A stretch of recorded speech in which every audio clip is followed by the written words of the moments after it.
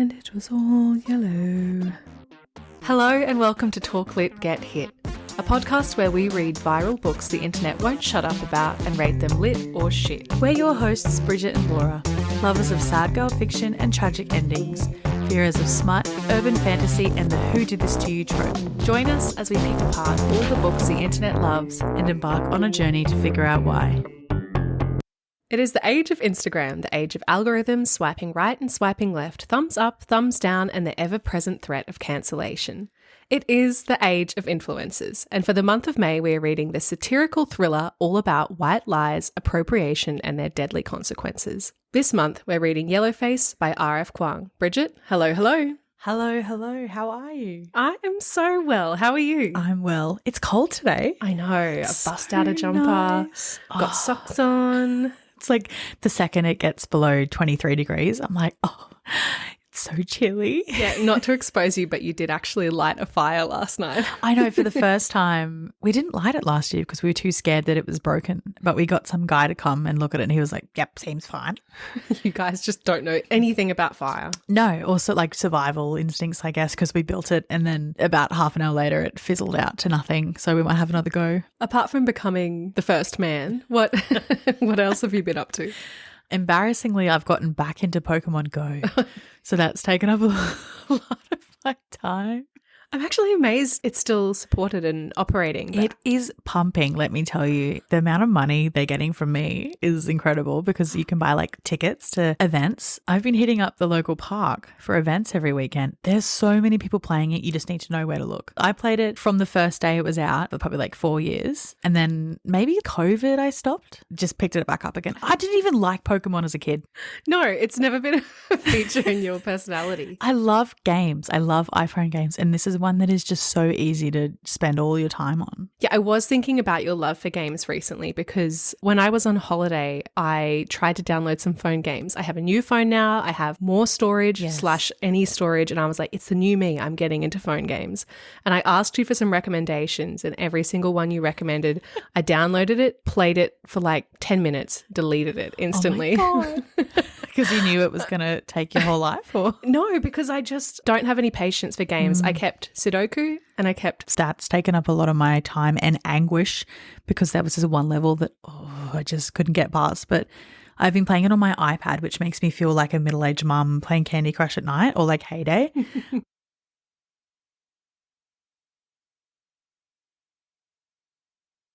It's so much better on the iPad. It's so fun. Yeah, I think an iPad would be great. That's probably another thing I don't like, the tiny screen. I've entered, in a different way, I've entered middle age.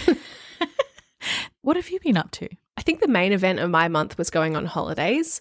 We finally made it to New Zealand, which is where my husband's from. So it was sort of like our honeymoon / family time / holiday.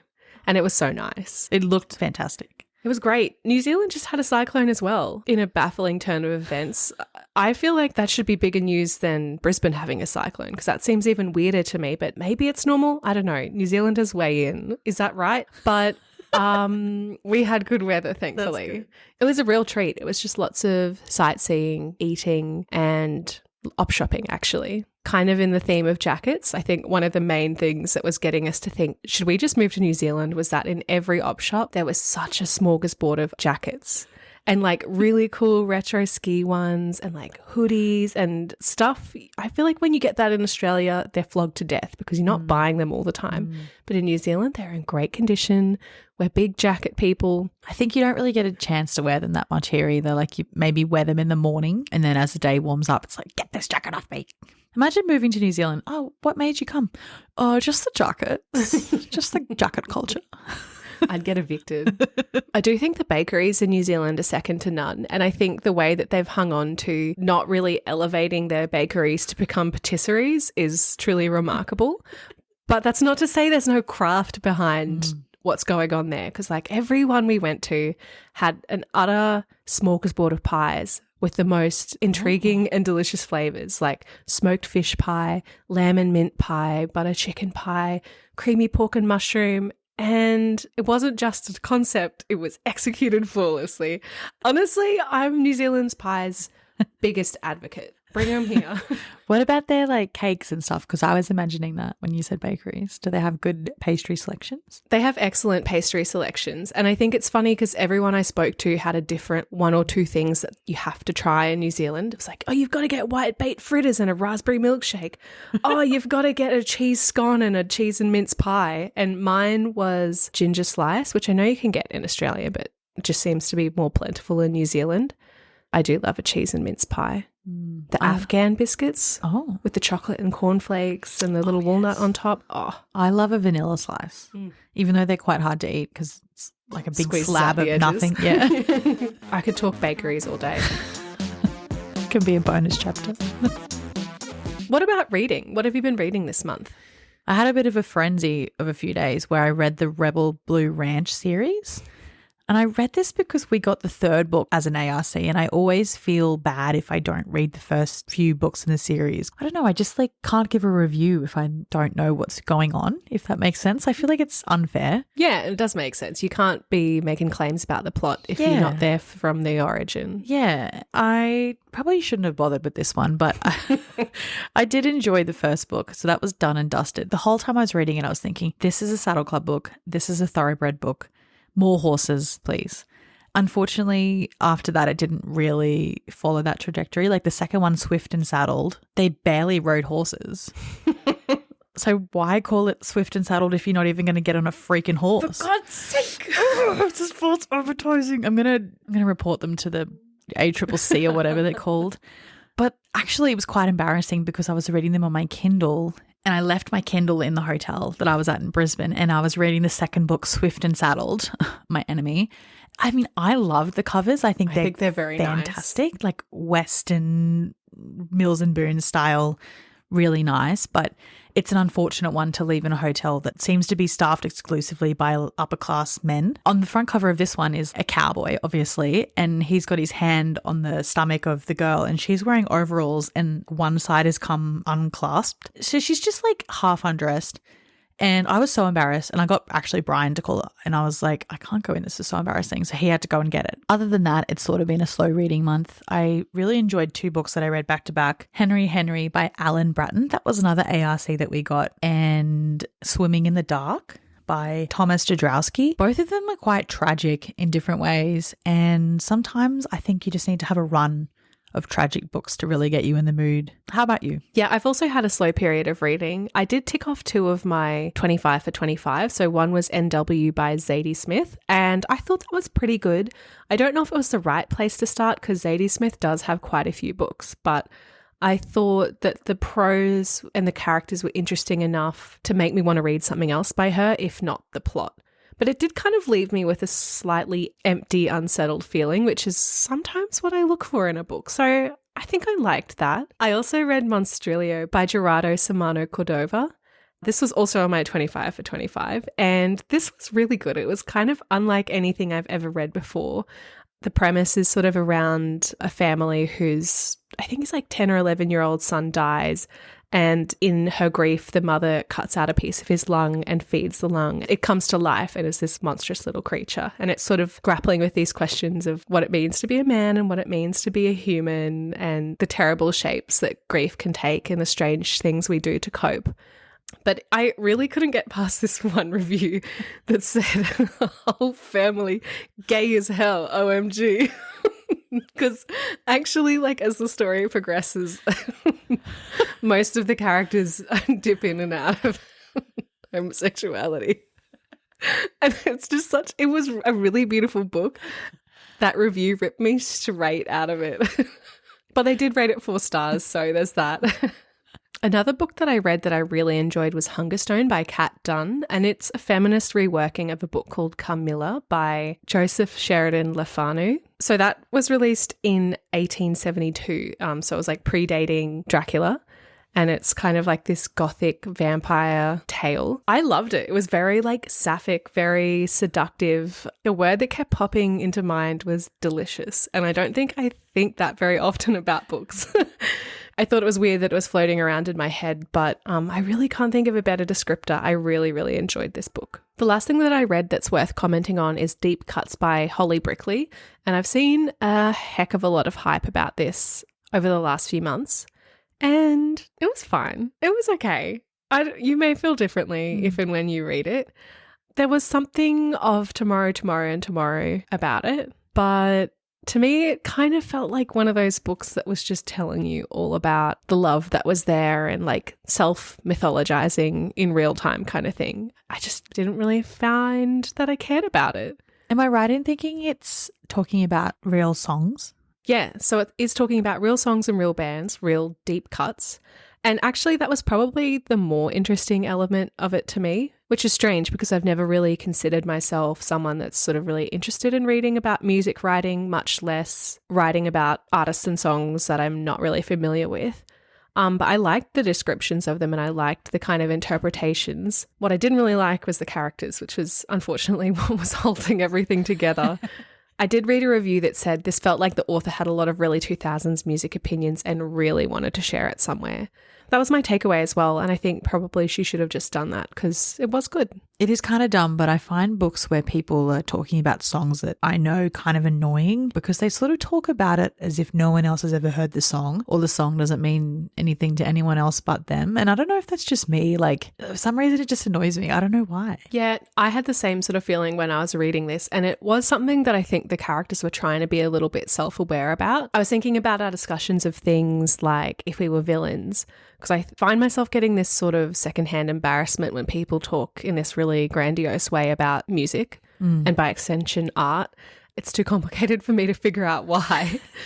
I was wondering if it is that real element of earnestness that shines through, like people saying this is what this song means to me and this is how it made me feel as a definitive take. Maybe that's what I find strange or uncomfortable about it, but anyway, I didn't love the experience of reading it. We should probably talk about Yellowface, the book that this episode is meant to be all about. Probably. All right, so you'd never read this book before, is that right? I have never read any book by R.F. Kuang before. She is one of the authors that I've been saving. I bought a copy of Yellowface and Babel a few years ago. They've just been sitting in a stack of books, staring at me, waiting for me to read them. I just see a lot of people whose tastes align with mine talking about how much they loved them, and I'm really interested in the subject matter. I just have always thought that sounds like my kind of book, but didn't want to read it because I wanted to save it for something good or save it for the podcast, because there's a few books that I've thought I'll save that for when we read it on the podcast. You have read this book before though, am I right? I have read this book before, but it's the only R.F. Kuang book that I've read, and it was interesting to hear that you have that opinion of her. I was thinking about how I have this idea that she's this infallible genius. I don't know where that idea really comes from because I have only read Yellowface by her. I own all of the Poppy War books and I own Babel. And even when her new book, which isn't yet released, Catabasis, was announced, I was like, oh, genius, amazing, flawless. It sounds great. I can't wait to get my hands on it. And I don't really know why I'm so enamored with her because I haven't really read anything by her. I have the same perception. I don't know why. I think I might have seen a few TikTok videos where she's speaking in panels or, author events. And I just thought, wow, she sounds so smart. She does sound so smart. So apparently I read it at some point in October 2023 and I couldn't remember too much about the plot, which worked out in my favour this time around, but I know that I felt favourably overall.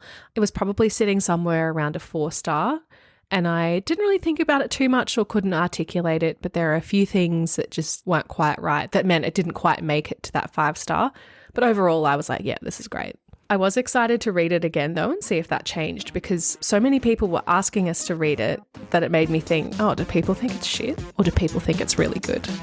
In this episode, we'll be discussing the plot of Yellowface by R.F. Kuang in detail. This means there will be spoilers. If you haven't read the book and don't want spoilers, make sure you save the episode before you hit the pause button. We'll always be here when you're done reading. In our episode this month, we may be discussing themes of racism, assault, blackmailing, self-harm, suicide, and death.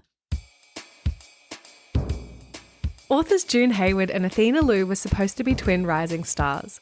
But Athena's a literary darling. June Hayward is literally nobody. Who wants stories about basic white girls, June thinks. So when June witnesses Athena's death in a freak accident, she acts on impulse.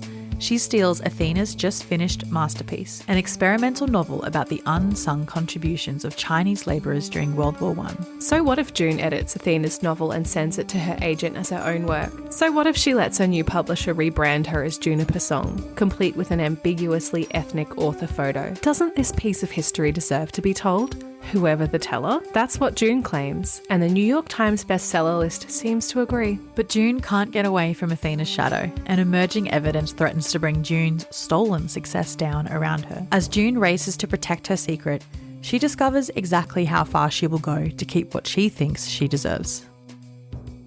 Permission to ask for your post-reading feelings? Permission granted. I loved it. I think it was juicy.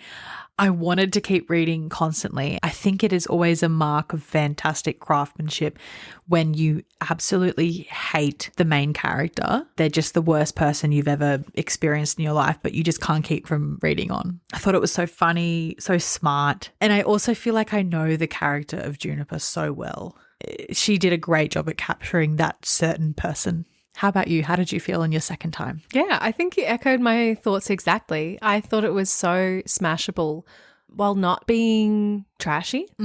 I thought that was something that was especially good about it, even though, you know, I think, as we'll discuss, there are a few things that I thought detracted from it somewhat.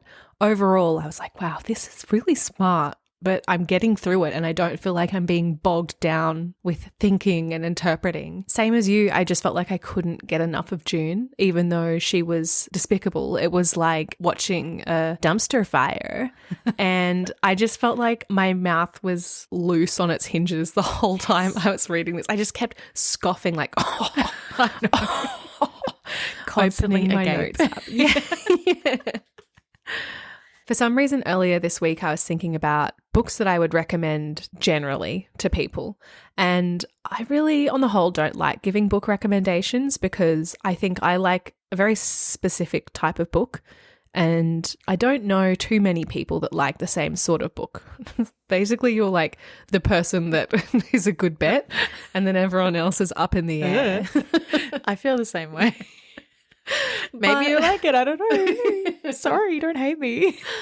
I was just trying to think, like, I think I saw a book that I would recommend to anyone. And I was like, I really cannot think of a book that I would recommend to everyone.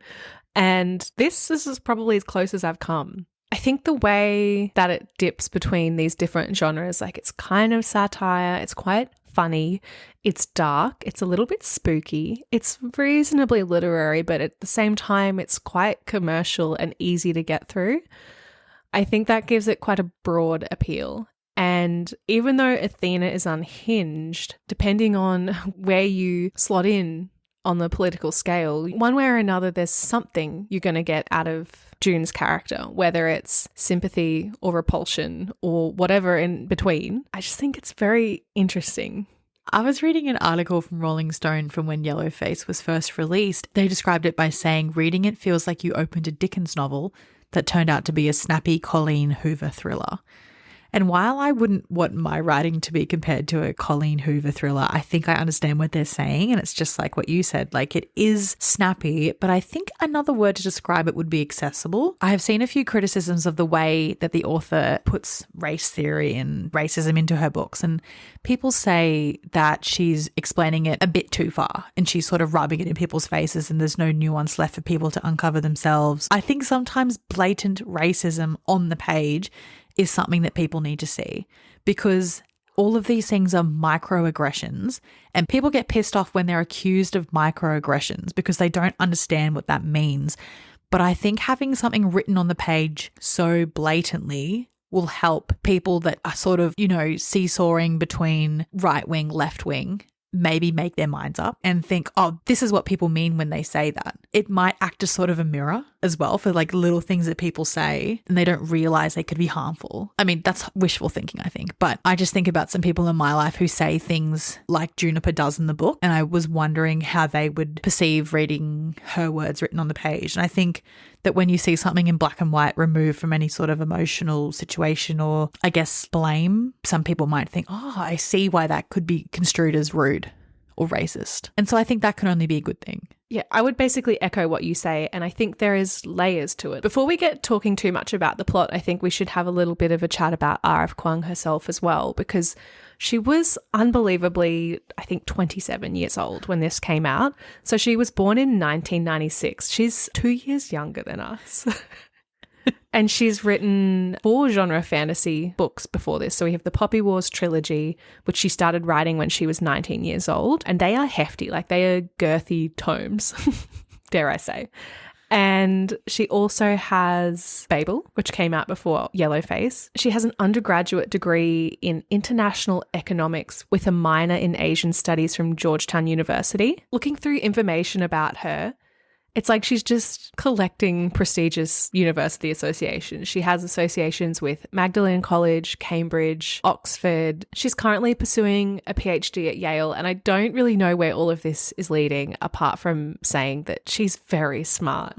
I was reading an interview that was published on camillareads.wordpress.com, and it was titled A Chat with R.F. Kuang on Writing Historical Inspired Novels. The interviewer asked her, how did you find the time to write The Poppy War while studying? Which blew my mind even further, because even though I had read that she was, 19 when the first book came out and she's doing all of these degrees and whatever, I just didn't quite put 2 and 2 together that meant she was writing whilst studying. And that is unbelievable to me because, I have no motivation for any kind of assignment writing, but imagine doing assignment writing, learning, studying, lectures, whatever, as well as writing and editing and doing all of that stuff. Can't imagine it. No, I can't imagine it either. And I feel like so many people talk about writing as work and it like a sort of unpleasant work that you have to keep chipping away at. And that's always been the way that I view it. But it seems like it's just kind of chill out brain rot time for her. Well, she answered and she said, this is such a difficult question. So the simple, honest answer is that I really didn't find time to write. I wrote The Poppy War when I was on a gap year between my sophomore and junior years in Beijing. I was working a full-time job, but crucially, I didn't have any homework to do after I got home from work at 5 every day. So I had 7 hours of free time every single day to draft my first novel. I'm not sure I ever would have started otherwise. The sequels were a different story. I was finishing up my senior year when I finished the first draft of The Dragon Republic and working on my master's thesis at Oxford when I turned in The Burning God. That was torture. I was playing triage all the time. Either I'd fall behind on book stuff, most of the time I fell behind on book stuff, or I was barely getting papers in on time. It was exceedingly difficult and I ended up missing out on a lot of fun stuff over the past few years because I've never not been under a book deadline. But I can't complain. I got a trilogy out before I turned 25 and that's a pretty cool accomplishment. Pretty cool find. Reading that, I just thought, she's not addicted to her phone in the same way that I am because she said she had 7 hours to write every day. And I'm thinking, yeah, but what about TikTok time? So the release of this novel was quite a jump from her previous work. And we might talk about this a little bit more later on, but I think something that people mention a lot when they're talking about this book is the question of how much of herself and how much of her experiences in the publishing industry R.F. Kuang is putting into Yellowface. I know we mentioned at the start of the episode that we both have this really mythical, positive impression of her despite having not read much. But somehow even I remember when Yellowface was coming out, like before it was released, I remember seeing these things that were like searing indictment of the publishing industry, Twitter takedowns, R.F. Kuang tells all kind of thing. And I think even the title Yellowface itself really struck a chord. Maybe we could take a minute just to talk very briefly about what is meant by the term yellowface. We're in luck because on the cover it does say yellowface, noun. The practice of wearing makeup to imitate an East Asian person. This practice is generally regarded as offensive. So I think this has a long history in the film industry in particular, in Hollywood, where white actors are used to play Asian characters in a way that's really promoting or perpetuating these harmful and untruthful racial stereotypes. I guess some examples that come to mind are Mickey Rooney in Breakfast at Tiffany's, as an Australian, Chris Lilly as Ricky Wong in We Can Be Heroes. So we have those really blatant examples of it. And I think, finally now we've all agreed that's not okay. But I think it still persists in this more sort of insidious way One example that I'm thinking of is Scarlett Johansson in The Ghost in the Shell, which was an adaptation of a Japanese manga, and her character was meant to be, or definitely could have been, played by a Japanese actor. I do remember when Emma Stone was cast in the movie Aloha. The character was meant to be a quarter Chinese and a quarter Hawaiian. So there's two cultures there that have just been completely wiped out by employing a white woman. Chris Lilly again. This is stuck in my brain. He played Jen Okazaki in Angry Boys in 2011, which doesn't feel like that long ago. That's a recent history. It's very, very recent. Also, Ariana. I feel like as she made her transition from Blackiana into, what do they call her? Arigato Grande. Yeah. And now she's fully committed to being her natural white woman self, I think. But so far, we don't know where she's going next. But that's sort of who comes to mind when I think of Yellowface. Those are the three main people in my brain. Yeah, so we've kind of moved away from explicit Yellowface to just blanket whitewashing. Yes. Which is, I'm sure, something we'll mention later on when we talk about June and the process of her improving Athena's novel. Speaking of June, should we have a chat about our leading lady?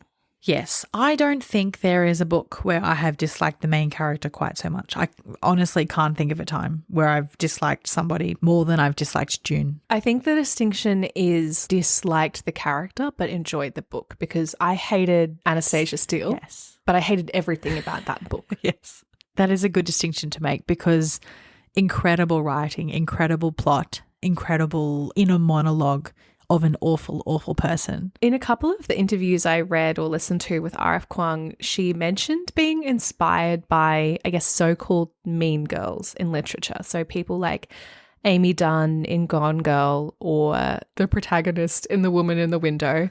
Sorry to that woman. I don't remember her name. Well, I mean, the girl on the train, whatever. The title is The Woman, so yeah. The woman, the girl. And she's kind of mentioned this really mean, snarky internal monologue that's really prevalent in this genre, and her desire to kind of borrow that and use it in this novel. I think she's done such an excellent job of that. June is really just such a miserable person. She is awful. The things that she was saying, I wasn't even thinking like, you can't say that. Like, I wasn't up on a high horse thinking you shouldn't be saying that because it's racist or whatever. I just thought, why would you even be thinking this? You suck. I really was thinking, can there truly be a person like this? But at the same time thinking, yeah, I know exactly who this person is. I think even when she was being quote unquote nice, she was still quite evil and quite nasty with her thoughts. I'm thinking about when she first began the mentoring program. This was on page 95. So she's describing this young girl, this young novelist who has sent her an email about how much she admires her work. And this is around the time when everybody is assuming that she is Asian. None of the controversy has really come out so far. And so she describes Emmy. She says, Emmy is based out in San Francisco. So we do our first mentoring session over Zoom.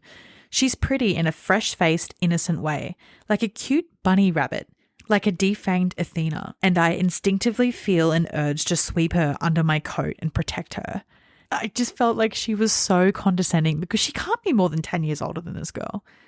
The way she talks about her, like she has this adorable habit of tucking her hair behind her ears every time she finishes a sentence. Like she's sort of perpetuating that myth of like the good little Asian girl, and she's saying all of these things. And I just think even when she's being nice, she is still being condescending and nasty. And she's so clueless with what she's saying, and she's so self-righteous. In that same Zoom call, Emmy is sort of sharing her doubts about herself and whether her book has a place in the publishing world. And June says to her, I don't think you have anything to worry about.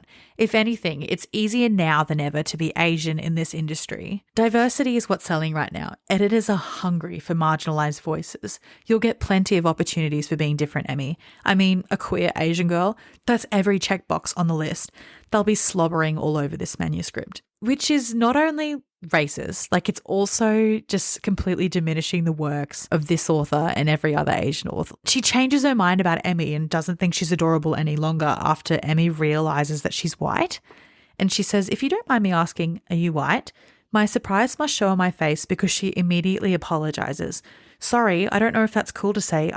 I'm like, song, that's kind of ambiguous, so I just wanted to know. I am white, I say, more frostily than I'd intended.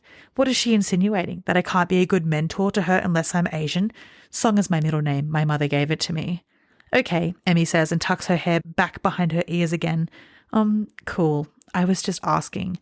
And I thought it was interesting that from that moment on, she sees Emmy as sort of a competitor. There's not much to like about her.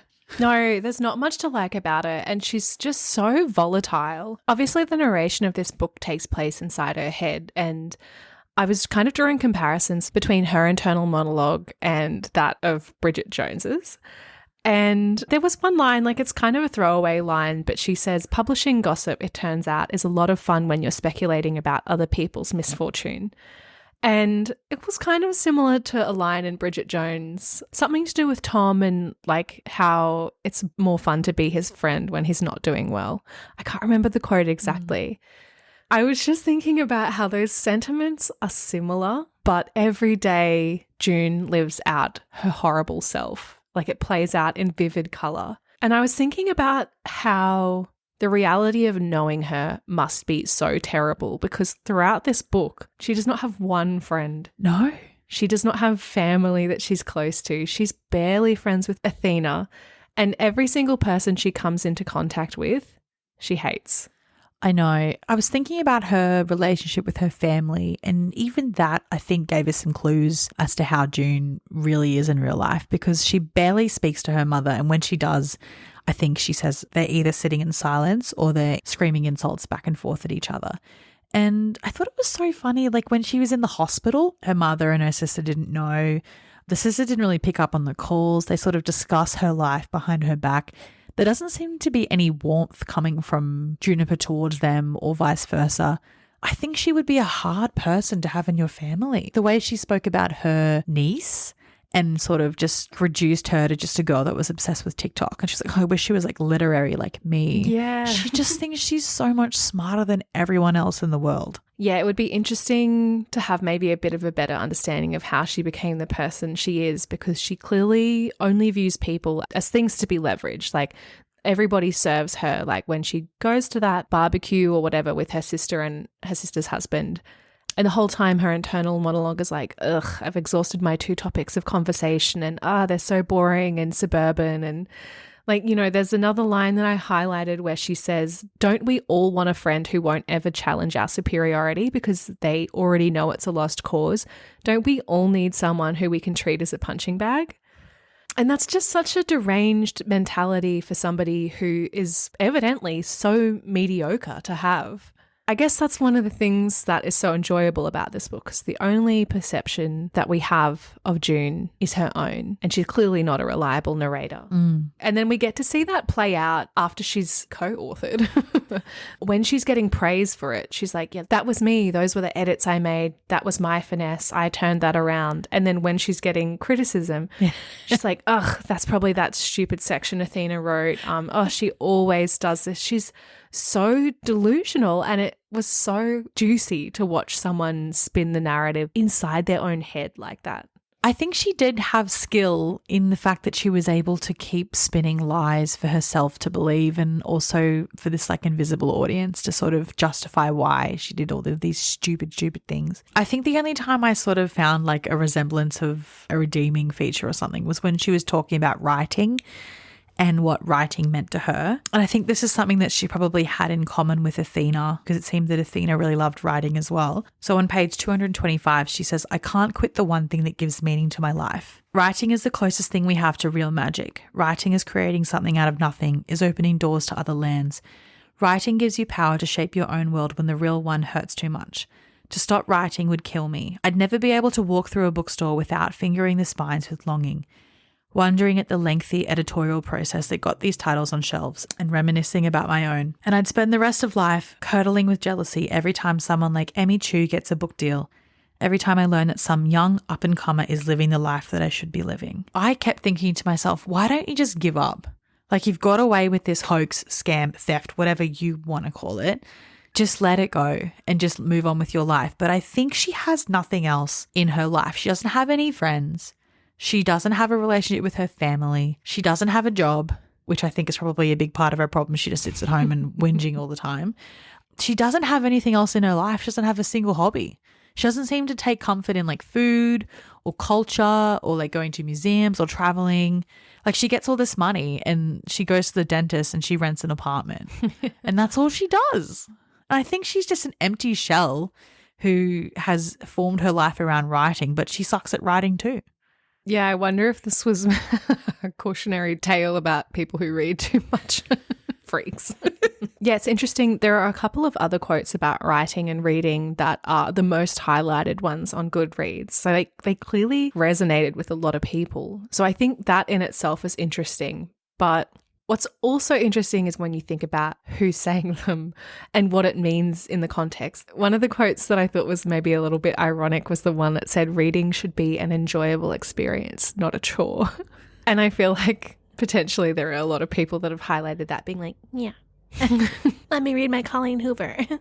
It is quite funny to imagine people with different political opinions than you and I reading this book, or even the people that, you know, sort of tend to lean left, but, you know, they think that reading isn't political and I'm just vibing, and like they have signs that will say like, oh, if Kamala was president, I'd be at brunch and like things like that. And I remember a lot of those things happening when Obama was in office as well. Like they were saying, oh, like I voted for Obama. Like I'm good. I'm cool. Like I'm up with the... Therefore I'm faultless. Yes, yes. And she herself says this at some point. She says, I mean, I voted for Obama. I thought that sort of self-righteousness of thinking I voted for Obama, I've done my part, was evident just before the book, The Last Front, came out. And she's talking about sort of reviews that are coming out and lists that the book is being included on, like 10 best books of the summer, the debuts we can't wait for, and weirdly 15 must-read summer beach reads. And she says, my book even gets chosen for a national book club run by a pretty white Republican woman who is mostly famous for being the daughter of a prominent Republican politician. And this gives me some moral discomfort. But then I figure that if the book club reader base is largely Republican white women, then wouldn't it be good for a novel to broaden their worldviews? I think throughout the book it is so evident that she's constantly patting herself on the back and thinking like she's done this great service to Asian people everywhere and minorities everywhere. She sets up that single scholarship, does that mentoring program, and she goes to speak at like 3 panel events. But she really is doing the bare minimum. I think she's just such an interesting character because she has such a clear idea of herself as not a racist. And like, there are all of those moments like you've mentioned where, you know, she's copying criticism online, but then she gets defense from like a right-wing blog or something like that.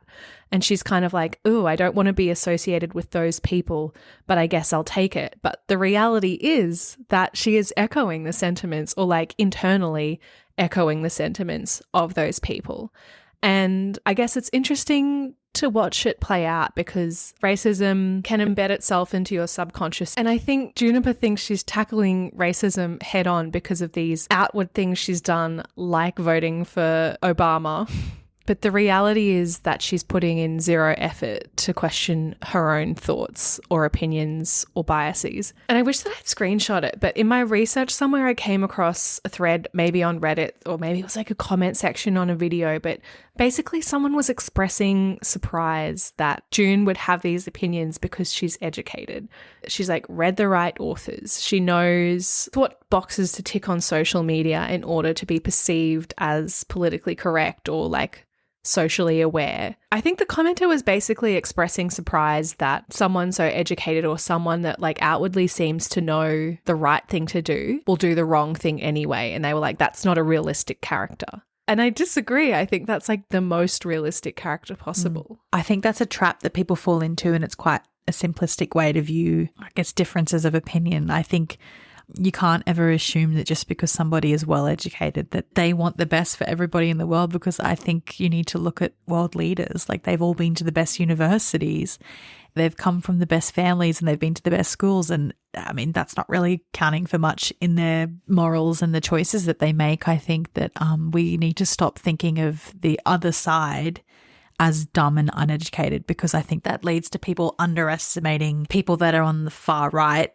I think this happened a lot in 2016 and everybody was thinking, there's no way Donald Trump will be elected. Like, he's an idiot. Everybody can see that he's an idiot. And now he's been elected for a second time. I think we need to stop underestimating these people and treating them as though they haven't read a book, because a lot of them have. And I think that's the problem, because they know the ways to manipulate and convince people that what they are doing is for the greater good. Yeah, I think that's right. And I think manipulation is the perfect word, because throughout this whole novel, that's the very thing that Juniper is doing. She's manipulating outward perceptions of herself. She's manipulating narratives. And even at the very end of the novel, when we think she can really stoop no lower, her final act is to realize that she can put a spin and she can manipulate her own downfall into an upward rise.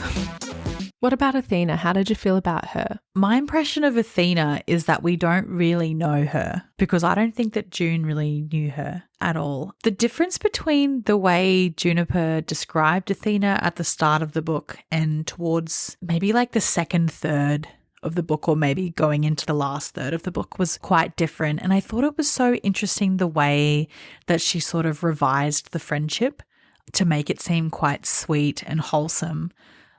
So at the beginning, she's sort of saying that they've always been enemies and Juniper's jealous of Athena and Athena just thinks she's better than Juniper and all of these things that I really feel that Juniper is obviously projecting onto Athena. But then we get to later in the book, she's decided to start writing that manuscript about telling the story and about how she's going to be the villain. Before she does that complete 180 at the end, she sort of talks about their origin stories and talks about how they ate all their meals together. They went shopping together.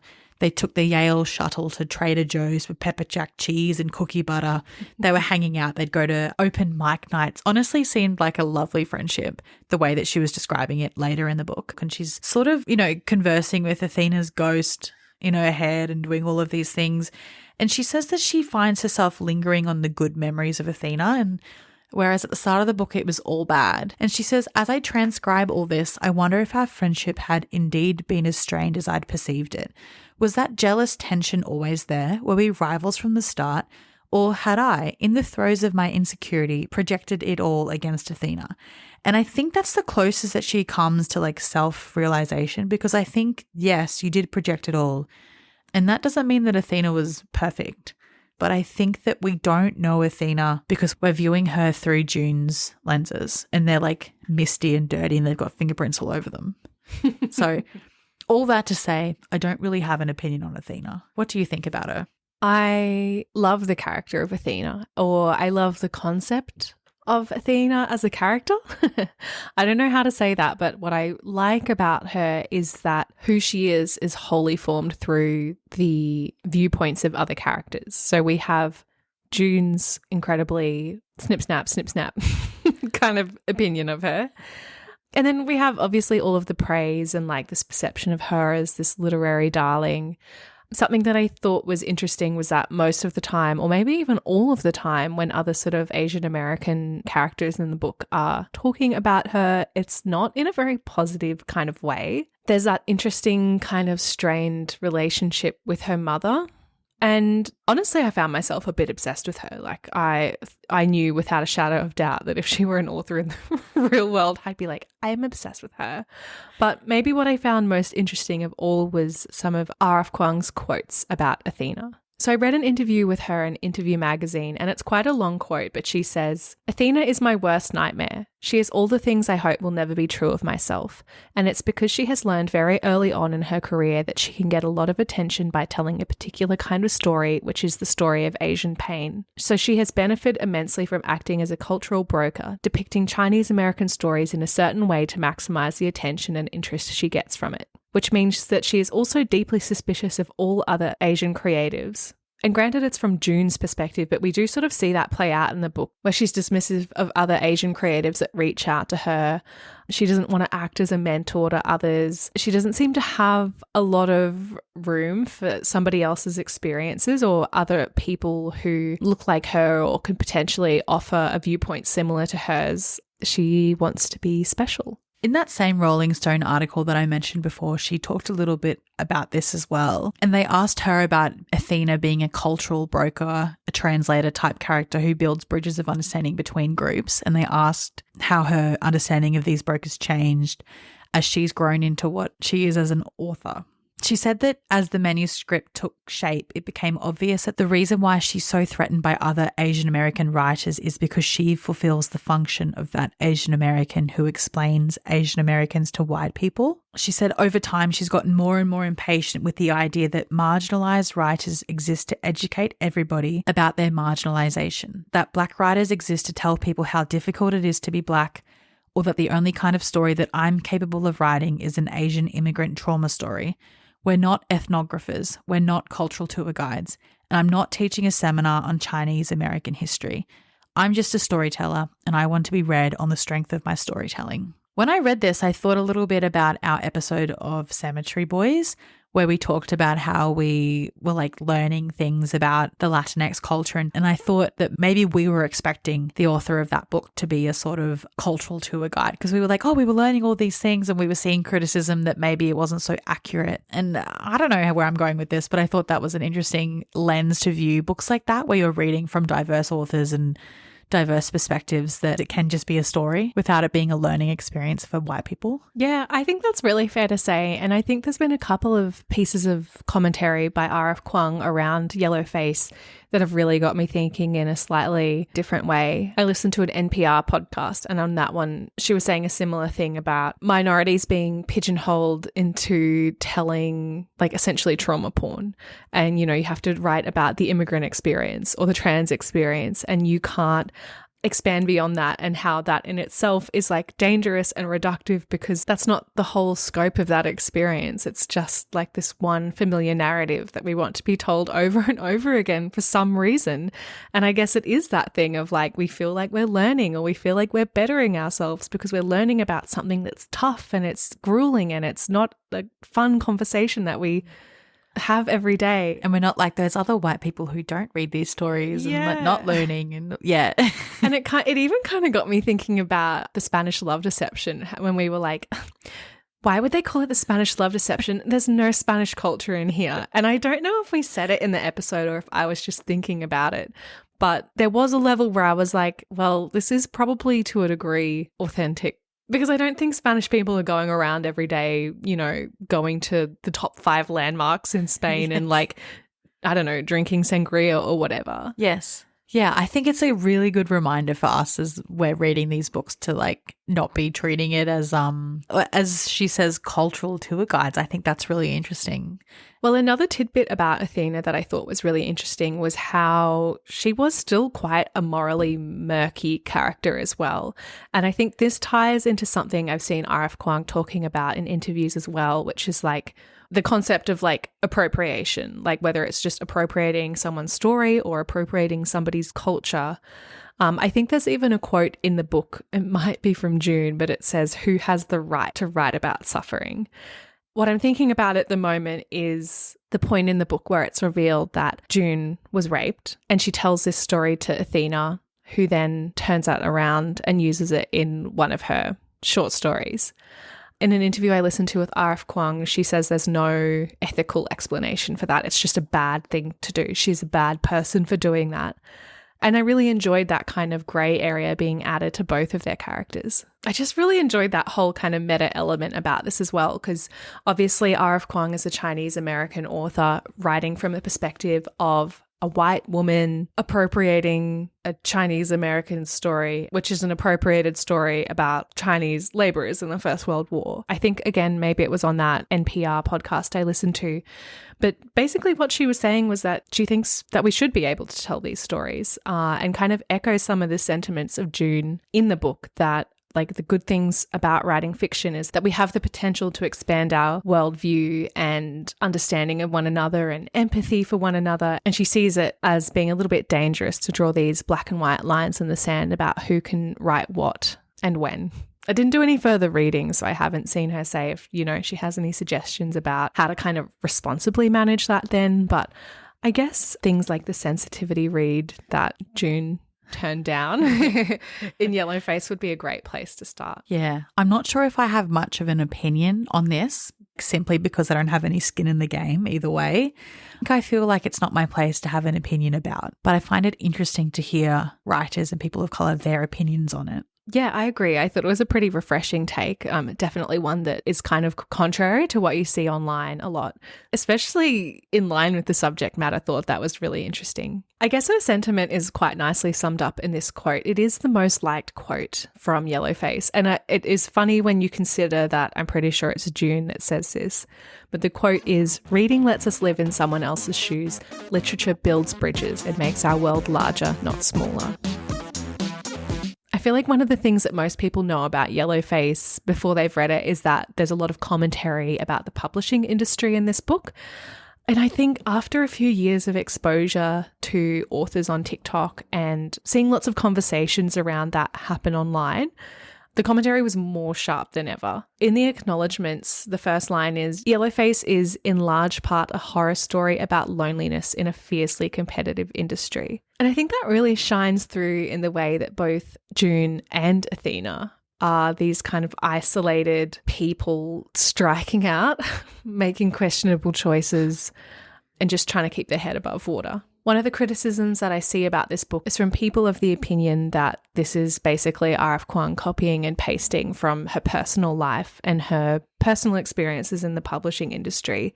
And I think I really understand how you arrive there, given the first 4 books she put out in the world and then the hype that surrounded this book before it came out. Even in interviews, like again in this interview in Interview Magazine, she says, "I'd never really written literary fiction before. I don't think it's the kind of book I could have written as a debut novel either, because I hadn't worked in a publishing house and it took those 5 years of frustration, toil, and a lot of tears in the publishing industry on the author's side to accumulate the experiences that went into it."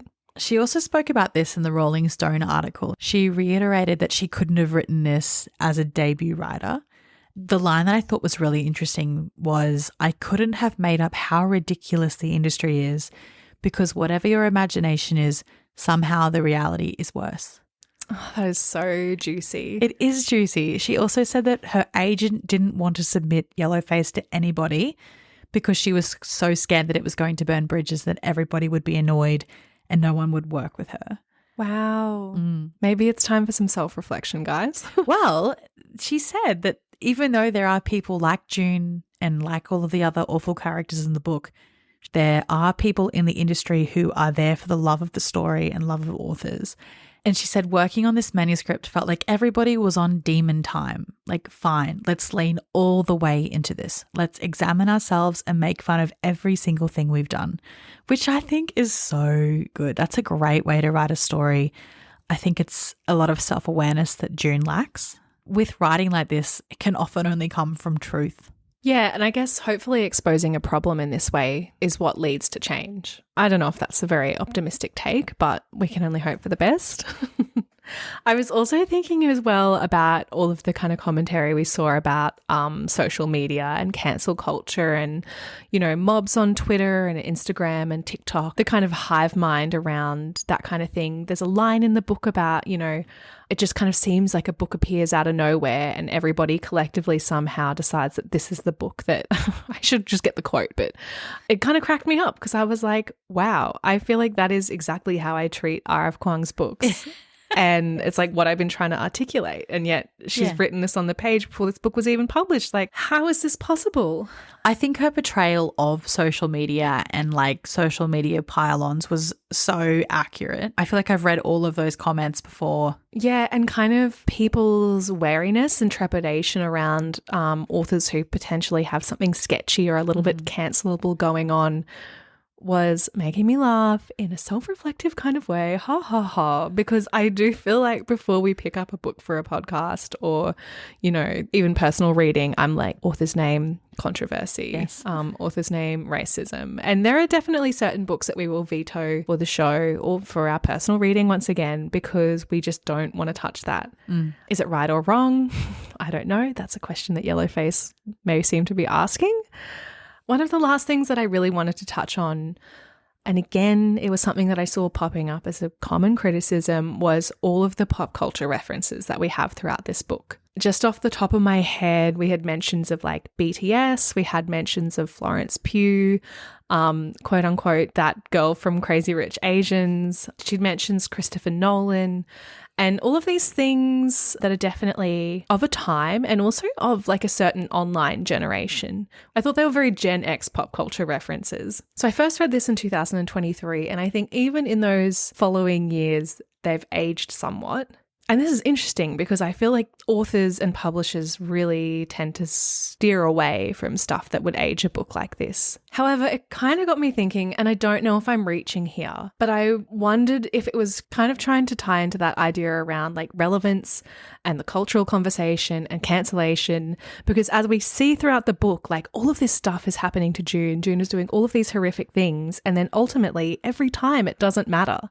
And I think that's something that we see in real life. And then I found when I was reading and picking up on these pop culture references, it was kind of like, what is that? Oh, it doesn't matter. I don't care, and I'm moving on. Like it's all of these things that paint a fuller picture and give more meaning. And there's always more to the story, but it's like up to us whether we dig a little bit deeper or not. I didn't think too much about the pop culture references, but I did sort of think that this is painting an accurate picture of a time on the internet. And I think as, you know, Twitter becomes X and it's just like a cesspool of hate, I think it will be interesting to read in a few years' time to see the differences between Twitter at the time that this book was written and whatever X will transform into in the next few years. I think it will be very interesting. I also think I just enjoy those references, and I guess ones from like probably like 2010 onwards. I enjoy those because I'm like reminiscing on the past and I'm living in my like glory days. So I think maybe I'm always going to be excited to be reading about Tumblr and Rippy Core. Yeah. A few of the criticisms I saw online were that people didn't really enjoy how the book wrapped up. So I was wondering how you felt about that, because I think you may have alluded to that a little bit earlier. I wish I could remember where I was going with that. Yeah, I think that's probably what was giving me that feeling of uncertainty the first time I read it. And it's not so much that I found the ending unsatisfying, more so that I had questions that were unanswered. And I think typically I enjoy that in a book, but it felt a little bit maybe unintentional at points in this. You know, this book is a lot of things at once. It's like satire, literary fiction, horror, mystery, whatever, thriller, I don't know what you would call it. But I felt at points, and particularly towards the end, that all of those elements were kind of combating against each other and then not quite pulling together, if that makes sense. So some things I'm thinking of are like what actually happened with Candace though. Like had June like lost her mind and Candace actually sounded nothing like Athena, you know, at the end when she's like could hear Athena calling out to her, or it was just very convenient that Candace could get into her Instagram account. There were things like a few comments that Athena's mum made, like when she said, oh, I would never write that, or why she was so terrified of kind of reading Athena's notebooks. Even questions about June's past, like I think at the very start it was sort of alluded to that she'd had some huge mental breakdown. I can draw my own conclusions and I guess they make some semblance of sense, but it wasn't wholly satisfying for me. How about you? I felt a tiny bit let down by the ending. I thought it was maybe a little bit weak, but I was trying to think over the last few days what kind of ending I would prefer, and I really came up with nothing. But I had the same thoughts as you. I thought, why are we spending so much time listening to the mother say these things? And also I thought the fact that she sort of resolved to write her own spin on it was a bit confusing to me, because I thought that's what she was already doing. I think I would have maybe liked to see her actually get got though, because she's sort of unscathed yet again. I don't understand why there wasn't some sort of lawsuit or loss of money or reparations or anything like that, but I don't know. Yeah, that's a good point. I think that's kind of something that's unsatisfying. From memory, the way it was written was kind of like, yeah, there was falling out and I lost some followers and I thought about killing myself, but, you know, we'll onwards and upwards. Yeah. And it would have been nice. It would have been satisfying to see that play out. But again, like maybe that was the point. It seemed like she was getting ready to take her place in sort of right-wing media as like the spokeswoman against cancel culture and, you know, cultural appropriation gone mad and all that sort of stuff. So I don't know, all again alluded to. One thing I know for sure is I don't want to read a sequel. No, I don't want a sequel. I've had enough. She's horrible. This is a bit of a weird book to answer the next question about because what we're talking about is favourite and least favourite characters. I know definitively what my least favourite character is, but I don't have a favourite character. Do you have a favourite character? I mean, I guess of the two characters you could possibly choose from, Athena is my favourite character, but not really through any virtue of her own, just through the mystery of her. She intrigues me, I guess. I really liked how she was described as wearing jewels. Ooh. And, you know, ethically sourced things and all of that sort of stuff. Yeah, I think I said it earlier, but I just feel so strongly that if she were real, I'd be completely obsessed with her. Oh, same. The way that her apartment was described, immaculate. Yeah. Is your least favourite character Juniper? Yeah, it's got to be. I don't know how it is possible for someone to dig themselves in so many holes and never learn from it. It's astounding. Yeah, that line when she's like, yeah, I double dipped.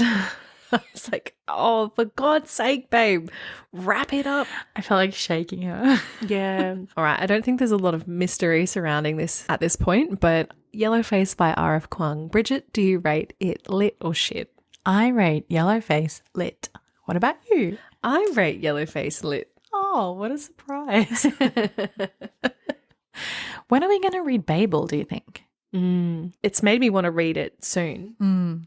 We have had a few messages asking us to read Babel. Yeah, we have. And I think realising the way that I've like sort of mythologized her has made me think, yeah, I should probably read something else by this author. Following in Juniper's footsteps, we're going to copy Athena in chapter 1 and say, see you later. Our next bonus chapter will be about Suzanne Collins' latest offering to the Hunger Games franchise, Sunrise on the Reaping. Have your say on what we read next by keeping an eye on a link in our show notes and on our socials. Make sure you subscribe to the show, and if you want to be on the same page as us, follow us at talklit.gethit on Instagram and TikTok.